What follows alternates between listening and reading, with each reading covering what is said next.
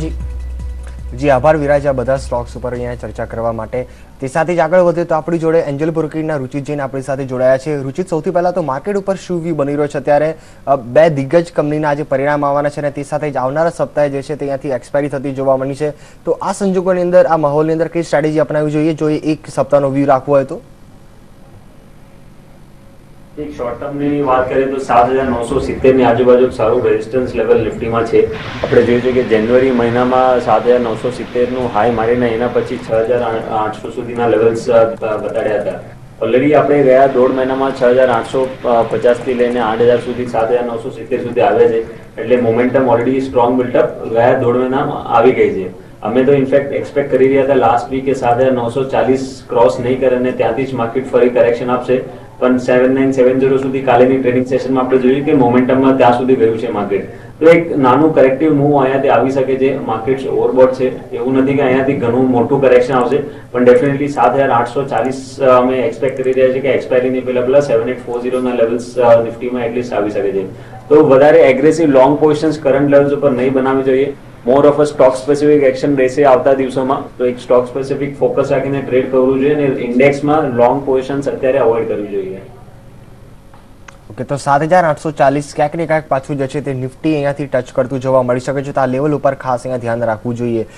રુચિત, આપણે લગાતાર અહીંયાથી જોયું છે કે બેંક નિફ્ટી ક્યાંક ને ક્યાંક ખાસ મોમેન્ટમમાં જોવા મળ્યું છે. આજે પણ બેંક બોર્ડ બ્યુરોની મિટિંગ પણ છે. કોઈ વ્યૂ બની રહ્યો છે બેંક નિફ્ટી ઉપર? કોઈ સ્ટ્રેટેજી એક સપ્તાહ માટે એક્સપાયરીને પ્લે કરવો હોય તો? મોરલેસ એક સારું આઉટ પરફોર્મન્સ બતાડ્યું છે બેંક નિફ્ટી એ નિફ્ટી કરતા ગયા એક બે ટ્રેડિંગ સેશનમાં. પણ અહીંયા જોઈએ તો ઇવન બેંક નિફ્ટી એક સારું રેઝિસ્ટન્સ ઉપર ટ્રેડ કરી રહ્યું છે. હાલાકી હાલમાં ઓછા લોકોનું ધ્યાન છે કે 200 days moving average, simple moving average જો long term point of view તો કામ કરી રહ્યું છે. અને નીચેના એક સારી પુલબેક મૂવ પછી 16780 ની આજુબાજુ 200 ડે મૂવિંગ એવરેજ આવી રહી છે અને કાલેનું હાઈ જોયું છે 16700 ની આજુબાજુ છે. તો પ્રોબેબલી એક રેઝિસ્ટન્સ લેવલ ઉપર બેંક નિફ્ટી પણ ટ્રેડ કરી રહ્યા છે. બેંક નિફ્ટીમાં કે બેન્કિંગ સ્ટોક્સમાં ક્લિયરલી શોર્ટ પોઝિશન નહીં બનાવવી જોઈએ, કેમ કે એવા કોઈ નેગેટિવ સાઇન્સ અત્યારે નથી બેન્કિંગ સ્ટોક્સમાં. Private sector banks, PSU sector banks કાલની ટ્રેડિંગ સેશનમાં સારું આઉટ પરફોર્મન્સ હતું. પણ ડેફિનેટલી મને લાગે છે મોર ઓફ આમાં પણ સ્ટોક સ્પેસિફિક મૂવ રહેશે અને જો અગર નિફ્ટીમાં કરેક્શન આવે તો પ્રોબેબલી આ એક રેન્જ બાઉન્ડ મુવમેન્ટ બેંક નિફ્ટીમાં રહી શકે છે. ઓકે, તો ત્યાંથી બેંક નિફ્ટી ઉપર જે છે તેની ઉપર એક આ સ્ટ્રેટેજી અહીંયાથી આવતી જોવા મળી રહી છે. અને જે રીતના રુચિતે પણ કીધું, તમે જો કે ઇન્ડસ્ટ્રી બેંકના સારા પરિણામ આવતા જોવા મળ્યા હતા. ખાલી 5-7 બેઝિસ પોઈન્ટ તમે જુઓ કે એનપીની જે અનુમાન હતું તેના કરતાં ખાસું જે છે નબળું આવતું જોવા મળતું. બાકી પરિણામ તમે જો કે ખાસ એવા સુધરતા જોવા મળ્યા હતા. ઇવન રૂરલની અંદર જે ઇમ્પેક્ટ હતી તેટલી બધી પરિણામમાં નથી જોવા મળી. બેંક નિફ્ટી પણ ખાસો સપોર્ટ અહીંયા જોવા મળ્યો હતો. તે સાથે જ આગળ વધીએ તો નટવરલાલ એન્ડ સન્સ સ્ટોક બ્રોકરના સમીર દરાર પણ આપણી સાથે જોડાયા છે. સમીર, તમારું શું વ્યૂ બની રહ્યો છે માર્કેટ ઉપર? હાલાકી તમે જો કે બ્રોડર સેન્સની અંદર ખાસ સ્ટોક સ્પેસિફિક એક્શન ખાસ એવા રહેતા જોવા મળી રહ્યા છે, પરંતુ મિડ કેપ ઇન્ડેક્સિસ ઉપર તમારું શું વ્યૂ બની રહ્યો છે? મિડ કેપ હજુ પણ આઉટ પરફોર્મ કરતું જોવા મળશે માર્કેટને? મિડ કેપનું આઉટ પરફોર્મન્સ થોડું રહેશે, but it will not be on the upside. જે મને લાગે છે હવે થશે કે માર્કેટમાં એક કરેક્શન આવવાનું પ્રોબેબિલિટી લાગે છે. અને વેન દેટ માર્કેટનું કરેક્શન આવે, mid cap has not rallied as much. હવે તમે જોવા જઈએ તો mid cap rally has been there, but it's not been complete outperformance compared to the large cap. Large cap has outperform more or less in the last 1.5 months. અને એનું reason છે કે એફઆઈનો money જે આવે છે largely large કેપમાં આવે છે. સો માર્કેટ જ્યારે કરેક્શન થશે, મિડ કેપમાં એટલું કરેક્શન નહીં આવે એની સાથે. So I am not as negative on the mid cap. Stock specific corrections આવશે જેમાં રિઝલ્ટ થોડા વીક આવશે. અને મિડ કેપમાં જે કંપનીઝના રિઝલ્ટ એકચ્યુઅલી સારા આવવા લાગશે એમાં આપણે આઉટ પરફોર્મન્સ જોવાનો બહુ સ્ટ્રોંગ ચાન્સ છે. તો I would be very very stock specific like you mention for the near term. જી બિલકુલ, તો અહીંયાથી ક્યાંક ને ક્યાંક જે છે સ્ટોક સ્પેસિફિક અપ્રોચ રાખો. ઇન્ડેક્સિસને તમે ભૂલી જાઓ. એફઆઈસના ફ્લોઝ જે છે ક્યાંક ને ક્યાંક જે છે તે અમુક ત્યાંથી લાર્જ કેપમાં જતા જોવા મળી શકે છે, પરંતુ તમે રિઝલ્ટ્સ ઉપર ખાસ અહીંયા ધ્યાન રાખો. જો ઓપરેશનલી સારા રિઝલ્ટ્સ આવતા જોવા મળશે તેની અંદર ખાસું અહીંયાથી મોમેન્ટમ બિલ્ડઅપ થતું જોવા મળશે. સમીર, આપણે અહીંયા રિઝલ્ટની વાત જ કરીએ છીએ તો એક કાઉન્ટરની વાત કરી લઈએ. ડીસીબી બેંક ઉપર કોઈ વ્યૂ બની રહ્યો છે? કારણ કે તમે જો પરિણામ આવ્યા બાદ સારી એવી તેજી આ કાઉન્ટરમાં આવતી જોવા મળી છે. એટલીસ્ટ 22 થી 24% સુધીની રેલી આ સિરીઝમાં થતી જોવા મળી છે આ મહિનામાં જ. નીચેના લેવલથી ખાસો સ્ટોક રિકવર કરી રહ્યો છે. ઓપરેશનલી તમે રિઝલ્ટને કઈ રીતે એનાલિસિસ કરી રહ્યા છો અને 98 રૂપિયાના ભાવે તમને સ્ટોક એવો લાગી રહ્યો છે અત્યારે? સો DCBના results were actually quite decent and because of which શું થયેલું કે જ્યારે એ લોકોએ મેજર બ્રાન્ચ એક્સપેન્શન અનાઉન્સ કરેલું ત્યારે વી હેડ સીન બહુ મોટો કરેક્શન જોયેલો સ્ટોકમાં.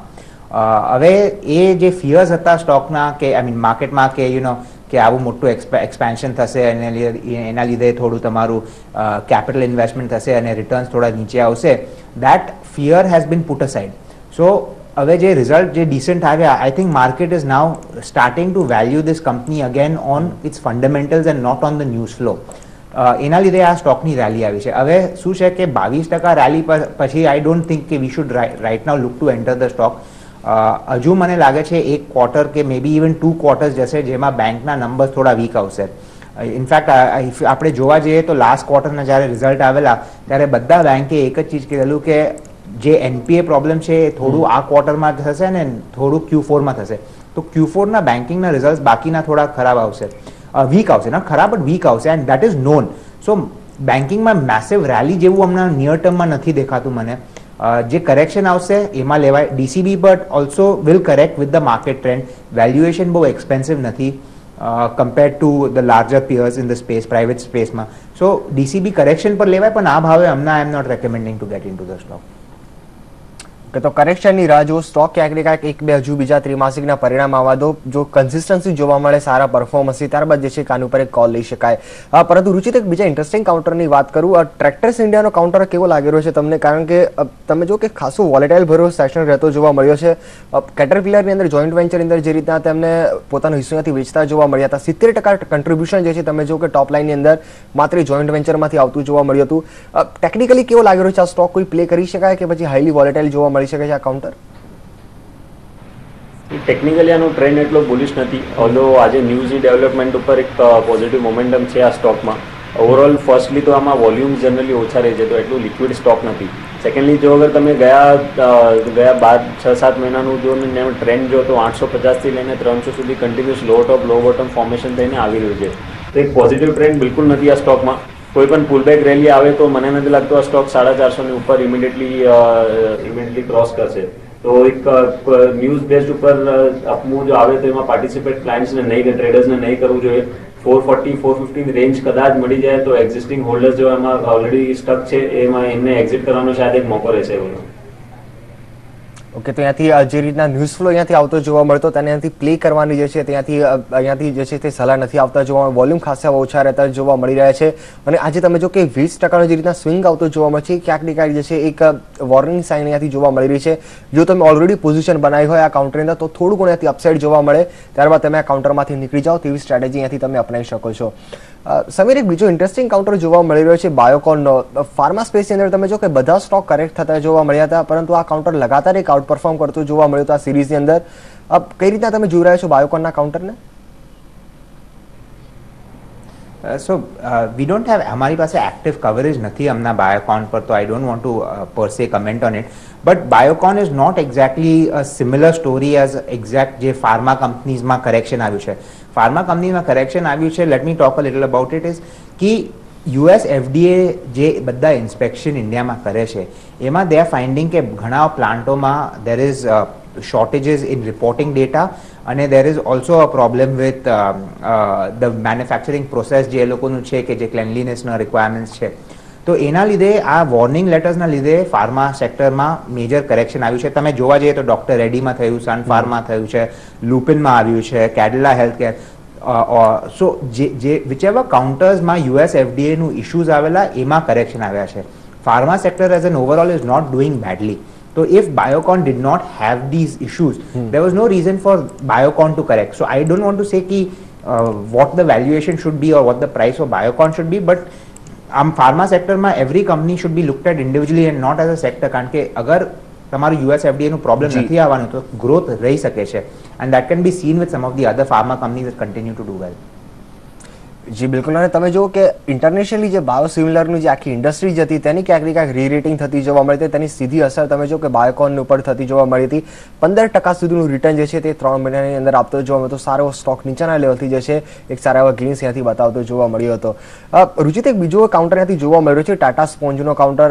ક્યાંક ને ક્યાંક જે સ્ટીલ જે છે તેની અંદર એન્ટી ડમ્પિંગ ડ્યુટી ત્યાંથી લગાવવાની વાતચીત ચાલી રહી છે. ટાટા સ્પોન્જનો ટેકનિકલી તમને કેવો લાગી રહ્યો છે? કોઈ પ્લે કરી શકાય 8%ની તેજી? હાલાકી આ પણ બહુ ખાસ એટલો લિક્વિડ કાઉન્ટર ઉપર નથી, કોઈ સ્ટ્રેટેજી આ લેવલે? લિક્વિડિટી જેવું તમે કીધું છે જનરલી આ સ્ટોકમાં ઓછી રહે છે, પણ મોમેન્ટમ સારું છે, તો એટલે જસ્ટ જો અગર મોમેન્ટમ માટે ટ્રેડ કરવું હોય તો સ્ટોક પોસિબલ છે. 638 640 સુધીના લેવલ્સ શોર્ટ ટર્મમાં બતાડી શકે છે. તો પોઝિટિવ મોમેન્ટમ મારા ખ્યાલથી બિલ્ટઅપ રહેશે. ગયા 8-10 દિવસમાં ઓલ્ધો વોલ્યુમ થોડું સારું પિકઅપ થઈ રહ્યું છે, અને જસ્ટ મોમેન્ટમ ટ્રેડ કોઈને લેવું હોય તો 10 થી 15 ટ્રેડિંગ સેશનમાં 630 સુધીના લેવલ્સ આ સ્ટોકમાં આવી શકે છે. કે તો મોમેન્ટમ જે છે ત્યાં કાઉન્ટરમાં જોવા મળી રહ્યો છે, પરંતુ જે રીતે અહીંયાથી રુચિતે કીધું એટલું બધું જે છે લિક્વિડિટી નથી જોવા મળી રહી, પરંતુ ઉપરની તરફ 630 સુધીના લેવલ જે છે તે ટાટા સ્પોન્જની અંદર આવતા જોવા મળી શકે. મોમેન્ટમને જો તમારે પ્લે કરવું હોય કાઉન્ટરની અંદર તો તમે 630ના લેવલ સુધી કરી શકો છો. સમીર, એસએચ કિલકરના કાઉન્ટરે તમે ટ્રેક કરો છો, કારણ કે સ્ટોક તમે જો કે સારા એવા મૂવ્સ બતાવતો જોવા મળ્યો છે. ક્યાંક ને ક્યાંક ફ્રેગ્રન્સ છે તેની ઉપર એન્ટી ડમ્પિંગ ડ્યુટી લગાવવામાં આવશે, કોઈ વ્યૂ બની શકે ત્યારે એસએચ કિલકર ઉપર? Sorry, our stock is also not under coverage and I don't have any view on the sector, so મને કંઈ નથી આમાં કેવું. ઓકે, તો તે સાથે અહીંયાથી જુઓ કે એન્ટી ડમ્પિંગ ડ્યુટી જે છે તે અહીંયાથી ફ્રેગ્રન્સ ઉપર અહીંયાથી લગાવવામાં આવી હતી, કારણ કે ક્યાંક ને ક્યાંક જે સ્થાનિક બજાર જે છે તેને પ્રોટેક્ટ કરવા માટે જે છે કે આ ડ્યુટી અહીંયાથી લગાવવામાં આવી હતી. હાલાકી સ્ટોક તમે જો કે ઉપરના લેવલથી ખાસો કુલ ઓફ અહીંયાથી થતો જોવા મળ્યો હતો. તે સાથે જ અત્યારે સમય થઈ ચૂક્યો છે નાનકડા બ્રેકનો. બ્રેક પછી જે છે તે બીજા ઘણા બધા મિડ કેપના સ્ટોક્સ ઉપર આપણે ચર્ચા કરીશું.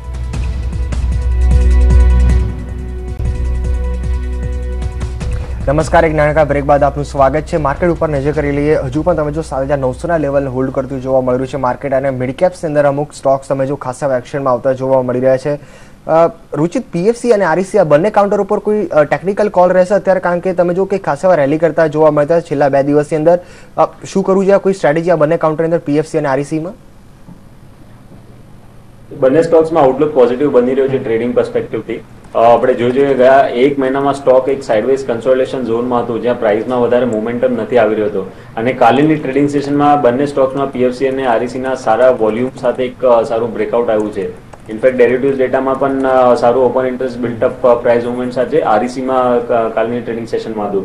તો એક શોર્ટ ટર્મ પોઝિટિવ મોમેન્ટમ હજી કન્ટિન્યુ રહી શકે છે. પીએફસીમાં પ્રોબેબલી 188 189 સુધીના ટાર્ગેટ્સ નિયર ટર્મમાં આવી રહ્યા છે, તો ત્યાં સુધી ઓલો સ્ટોક જઈ શકે છે. અને આરઈસીમાં હાલાકી મોમેન્ટમ થોડુંક હજી સ્ટ્રોંગ છે, તો 182 183 સુધીના ટાર્ગેટ્સ આરઈસીમાં આવી રહ્યા છે. તો કાલેનું જો લો હતું, જે બ્રેકઆઉટનો દિવસ હતો કાલે, તો કાલેનું લોનું સ્ટોપ લોસ બંને સ્ટોક્સમાં મૂકીને બાય સાઇડમાં ટ્રેડ પીએફસી અને આરઈસીમાં શોર્ટ ટર્મ ટ્રેડર્સ કરી શકે છે. ઓકે, તો પીએફસી અને આરઈસી બંનેની અંદર અહીંયાથી ખરીદારી કરવાની અહીંયાથી સલાહ આવતી જોવા મળી રહી છે. યુકેની અંદર રૂપી ડિનોમિનેટેડ જે છે તેની અંદર $1 બિલિયન અહીંયાથી જે છે બોન્ડ ઇસ્યુ કરવાના છે, અને બંને સ્ટોક તેના લિહાઝથી તમે જો કે ખાસા એક્શનમાં આવતા જો હજુ પણ અપસાઇડ જોવા મળી રહી છે. તમારે ટ્રેડ કરવો હોય તો બંને કાઉન્ટરમાં કરી શકો છો. તે સાથે અહીંયાથી સમીર, ક્રિસિલનો કાઉન્ટર ઉપર કોઈ વ્યૂ બની રહ્યો છે? આપણે પરિણામની વાત કરતા હતા, આના પરિણામ આવતા જોવા મળ્યા હતા. તમે જો કે ઓપરેશનલી એકદમ સાઉન્ડ અહીંયાથી આ ત્રિમાસિક ક્વાર્ટર રહેતું જોવા મળ્યું હતું. 40% બમ્પઅપ જોવા મળ્યો હતો આ ક્વાર્ટરની અંદર. જોવા જઈએ તો માર્જિન ખાસ એવા ઇન્ક્રીઝ થતા જોવા મળે 31.3% આજુબાજુ. કોઈ વ્યૂ બની રહ્યો છે, કોઈ કોલ અત્યારે ક્રિસિલ ઉપર? તો actually Crisil's results were very good. Basically આ જે બિઝનેસ છે, I mean it is quite easy, I mean cash cow business, જે તમે રેટિંગ્સ કરો, તમે થોડું રિસર્ચ વર્ક કરો, and for which you get paid money, એન્ડ જેના લીધે તમારું પ્રોફિટેબિલિટી વધે. As we see, more and more corporates are coming into the system, and more corporates will need fundraising. તો રેટિંગ એજન્સીઝમાં ડિમાન્ડ ઓલવેઝ વધવાનું છે. So be it CRISIL, be it CARE, be it ICRA, all of them are going to see good opportunities of growth in the near future. So we are bullish on CRISIL. ખાલી problem શું છે કે એમના valuations થોડા expensive લાગે છે. તો yes, after the result we saw some amount of run up, પણ જ્યારે પણ હવે ક્રિસિલમાં થોડું કરેક્શન આવે, we think over a 2 to 3 year period the stock has good potential upside, and is something that someone should invest, but correction per, not at the current price. Again, valuations na lidhe we are a little hesitant, otherwise we really like the business model. જી બિલકુલ, ત્યાંથી business model ખાસો પસંદ પડતો જોવા મળ્યો છે. ક્રિસિલનો કરેક્શનની તમે થોડી ઘણી રાહ જુઓ, બાકી પરિણામ ખાસ સુધરતા જોવા મળ્યા હતા, ખાસ ઇમ્પ્રેસિવ જોવા મળ્યા હતા. કરેક્શનનો ફાયદો ઉઠાવીને તમે 2 થી 3 વર્ષ સુધીનો જો હોરાઇઝન હતો, તમે આ કાઉન્ટરની અંદર જે છે ખરીદદારી કરી શકો છો. તે સાથે રુચિત, આજે અમારા દર્શકોને તમે કયા કોલ્સ આપશો? શોર્ટ ટર્મ ટ્રેડિંગ માટે ફર્સ્ટ કોલ આરકોમ બાય છે. ઇનફેક્ટ આપણે જોયું છે કે ગયા 1 મહિનાથી સ્ટોક એક સાઇડવેઝ કન્સોલિડેશન ઝોનમાં છે, બીજા ટેલિકોમ સ્ટોક છે 1-1.5 મહિનામાં સારી અપમૂવ બતાડી, પણ આ સ્ટોકે એક બિલકુલ મોમેન્ટમ પોઝિટિવ નહીં આવતું. પણ હમણાં જો રિસન્ટ ટ્રેડિંગ સેશન જોઈએ ગયા 6-7 ટ્રેડિંગ સેશન, તો સ્ટોકમાં 48 રૂપીસનું બેઝ બનાવીને હાઈ ટોપ હાઈ બોટમ ઇન્ટરડે ચાર્ટ્સ ઉપર આ સ્ટોકમાં બની રહ્યું છે. 48 રૂપિયાની આજુબાજુ એક સારું સપોર્ટ બેઝ બનાવી દીધું છે અને નેક્સ્ટ રેઝિસ્ટન્સ સ્ટોકમાં 59 ની આજુબાજુ આવી રહ્યું છે, જે પ્રીવિયસ હાઈઝ હતું, અને 89 ડેઝનું એક્સપોનેન્શિયલ મૂવિંગ એવરેજ પણ આવી રહ્યું છે. તો પોસિબિલિટી આ મૂવ 59 સુધી કન્ટિન્યુડ રહેશે. તો કરંટ લેવલ્સ ઉપર પણ આ સ્ટોકને બાય કરી શકો છો. કોઈ પણ ઘટાડો આવે તો પણ આ સ્ટોકને એક ઓપોર્ચ્યુનિટી બાય કરવા માટે લેવું જોઈએ. 51 રૂપીસનો સ્ટોપ લોસ મેન્ટેન કરીને 59 નો ટાર્ગેટ 8 થી 10 ટ્રેડિંગ સેશનમાં સ્ટોકમાં આવી શકે છે. સેકન્ડ કોલ ટ્રેડિંગ પર્સપેક્ટિવથી બાટા ઇન્ડિયામાં શોર્ટ કોલ કરંટ લેવલ્સ ઉપર બની રહ્યું છે. આ સ્ટોક એક રિસન્ટમાં એક 450 થી લઈને 560 સુધી એક વન સાઇડ અપમૂવ આપી છે. હમણાં લાસ્ટ 8-10 દિવસના અપમૂવમાં વોલ્યુમ્સ થોડા ઓછા થઈ રહ્યા છે અને વીકલી ચાર્ટ્સ ઉપર સુપર ટ્રેન્ડનું રેઝિસ્ટન્સ આવી રહ્યું છે. તો જ્યારે પણ વીકલી ચાર્ટ્સ ઉપર એક એવું સ્ટ્રોંગ રેઝિસ્ટન્સ આવે તો ત્યારે પ્રોફિટ બુકિંગના લીધે કરેક્ટિવ મોમેન્ટમ, કરેક્ટિવ એક્શન આવવાની વધારે સંભાવના છે. તો બાટા ઇન્ડિયામાં 8 થી 10 ટ્રેડિંગ સેશનમાં કરંટ લેવલ્સ ઉપર શોર્ટ કરી શકાય છે. 561 રૂપિયાનું એક સ્ટોપ લોસ મેન્ટેન કરવું જોઈએ અને 520 થી 522 રૂપિયાનું નિયર ટર્મ ટાર્ગેટ રહેશે. ઓકે, તો અહીંયાથી બે સ્ટોક ઉપર સ્ટ્રેટેજી આવતી જોવા મળી રહી છે. બાટાની અંદર અહીંયાથી 520 રૂપિયા સુધીના લેવલ આવતા જોવા મળી શકે છે અને સ્ટોપ લોસ અહીંયાથી તમે 561 નો અહીંયાથી રાખી શકો છો. તે સાથે તેમની બીજી પીક હતી રિલાયન્સ કમ્યુનિકેશનની અંદર 59 રૂપિયા સુધીના લેવલ આવતા જોવા મળી શકે છે. નીચેની તરફ તમે 51 રૂપિયાનો અહીંયાથી ટાર્ગેટ રાખી શકો છો અને બંને કાઉન્ટરની અંદર જે લેવલ જે છે, ટાર્ગેટ જે છે, ત્યાંથી 8 થી 10 ટ્રેડિંગ સેશન જે છે તેની અંદર અહીંયાથી આવતા જોવા મળી શકે. આની ઉપર તમે સ્ટ્રેટેજી અહીંયાથી બનાવીને કામ કરી શકો છો. સમીર, આપના સ્ટોક? આજે બે સ્ટોક્સ જે મેં રેકમેન્ડ કર્યા છે. First is DB Corp. That is the newspaper company of which has the biggest circulation of the newspaper Dainik Bhaskar. આ ન્યૂઝપેપર છે ને રૂરલ ઇન્ડિયામાં પ્રેઝન્સ વધારે છે and the reason V feel કે ધીસ વિલ ટર્ન અરાઉન્ડ. આ વર્ષે જ્યારે મોન્સૂન સારું આવશે ને રૂરલ ઇન્ડિયાનું ડિમાન્ડ વધશે ત્યારે companies will spend more money on advertising in rural India. So we believe કી with this increase in spend in rural India and the advertising, DB Corp will be one of the benefactors. એ લોકોએ બીજું હમણાં ઘણા બધા રેડિયોના signals win કર્યા છે અને they are starting new radio networks. So that is also going to be quite remunerative. Valuation થી જોવા જઈએ તો company is not very expensive, trading at about say 16-17 times 1 year, I mean current year, and if you go 1 year forward trading at about 14 times. So we feel આ સ્ટોકમાં re-rating આવી શકે છે. We have a target price of 400 on the stock. So we are recommending a 1 year view of DB Corp with a buy. બીજો stock છે MCX. MCX again valuations હમણાં current ટર્મમાં થોડા એક્સપેન્સિવ લાગે છે from the point કે the growth of new commodities on the exchange platform have reduced. પણ આપણે જોવા જઈએ તો હવે with the merger of FMC and SEBI actually is going to take a lot of initiatives to ensure કે નવા commodities launch થઈ શકે પ્લેટફોર્મ પર. Also new participants can come in. અને to launch a product or to launch a commodity on these exchanges does not require too much capital investment. આ company તમે return on capital જો તો it is extremely healthy અને એ return on capital વધ્યા કરવાનું છે. તો if I have a 1.5 year view on the company, we feel 950 target price for MCX is very very possible. Valuations હમણાં નથી જોવાતા કારણ કે they are actually had some amount of degrowth also and they've also had certain write-offs. પણ positivity બહુ છે અને આપણે technicals પણ એકચ્યુઅલી ક્લબ કરવા જાય કોઈ ટ્રેડર પણ હોય તો દે કેન ઓલ્સો લુક કે inverted head and shoulder pattern છે. So the momentum also could start now. તો from fundamental and from the technical point of view MCX બહુ સારી રીતે ફિટ થાય છે હમણાં અમારા રેકમેન્ડેશનમાં. જી, તો અહીંયાથી ફંડામેન્ટલી તમે જોવા જાઓ તો બે પિક્સ આવતી જોવા મળી રહી છે. MCX ની અંદર 950ના લેવલ આવતા જોવા મળી શકે અને તે સાથે જે DB Corp જે છે તેની અંદર અહીંયાથી 400 રૂપિયા સુધીના લેવલ અહીંયાથી આવતા જોવા મળી શકે. 12 મહિનાનો તમે સમય આપો બંને કાઉન્ટરને, સારા એવા લેવલ જે છે ત્યાંથી જોવા મળી શકે છે. રુચિત, રજા લેવાનો સમય થઈ ચૂક્યો છે, આપના કોઈ ડિસ્ક્લોઝર? જે સ્ટોક્સ આપણે ડિસ્કસ કર્યા છે અમારા પર્સનલ હોલ્ડિંગમાં કોઈ નથી, પણ અમારા ક્લાયન્ટ્સને અમે રેકમેન્ડ કર્યા છે એટલે એમની પોઝિશન હોઈ શકે છે. જી સમીર, આપના કોઈ ડિસ્ક્લોઝર? જે સ્ટોક્સ રેકમેન્ડ કર્યા છે બધા પર્સનલ હોલ્ડિંગ્સમાં હશે and also we will be recommending to all of our clients and they will also be having positions in it. જી રુચિત અને સમીર, આ બંનેનો ખૂબ ખૂબ આભાર અમારી સાથે જોડાવા બદલ અને બધા સ્ટોક્સ ઉપર અહીંયા ચર્ચા કરવા માટે. તે સાથે જ અત્યારે મિડકેપ મંત્રમાં અત્યાર સુધી આટલું જ. વધુ સમાચારો માટે તમે જોતા રહો CNBC બજાર. નમસ્કાર.